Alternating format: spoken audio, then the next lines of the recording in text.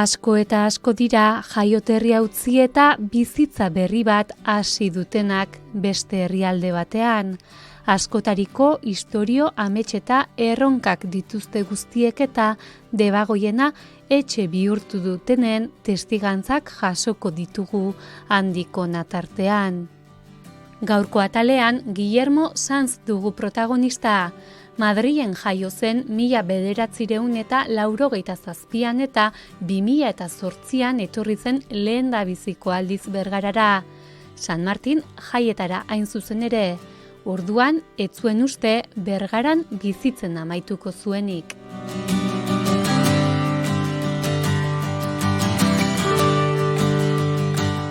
Nire izena Guille Sanz da.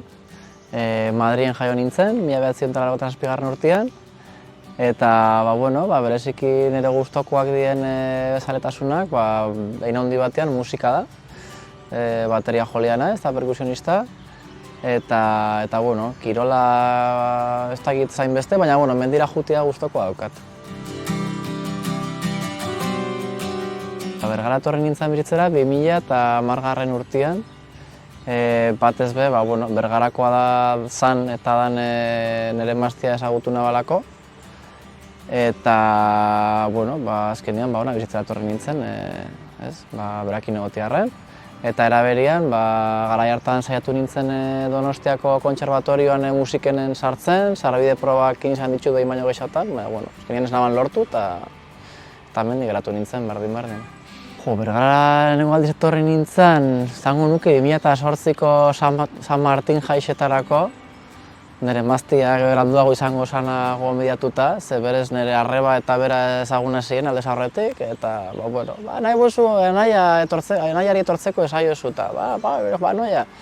Eta mendik agertu nintzen San Martin jai horietan. Eta ez dakit, hori izan kontaktua, jai giruan, jakiminetik, eta ez dakit. Pixkat herrixa, Gipuzkoako herri hau pixkat aztertzen, eta orduan evidentemente nekixen hemen bizitzen bukatuko nabanik. Euskara hasi nintzen ikasten, etorri eta berehala 2010 urtean emaztea mengua da, eta euskaraz ja berak bizi izan, eta bera gaitxik ulertu naban azkar importantia zala, garrantzitsua zala Bergaran bizi ahal izateko osotasunean behintzat.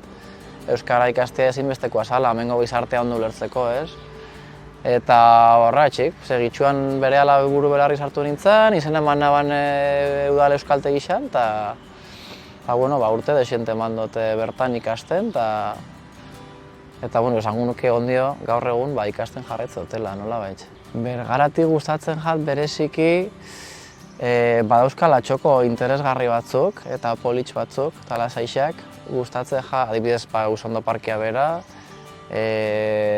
daukan historia, historia saria bana, eta herrixa berak auki izan da garrantzi bat Euskal Herriko historian, eta evidentemente Espainiako historian ere bai, bere historian lotuta dagolako nahita garri hartako erreinuekin. Orduan, hortaz aparte, gustatzen jat daukan tamaina, dana dago eskuragarri, baina ez da herri txiki bat bez, zerbitzua asko dauzka, eta uste dute umiak ezteko toki aproposa dela.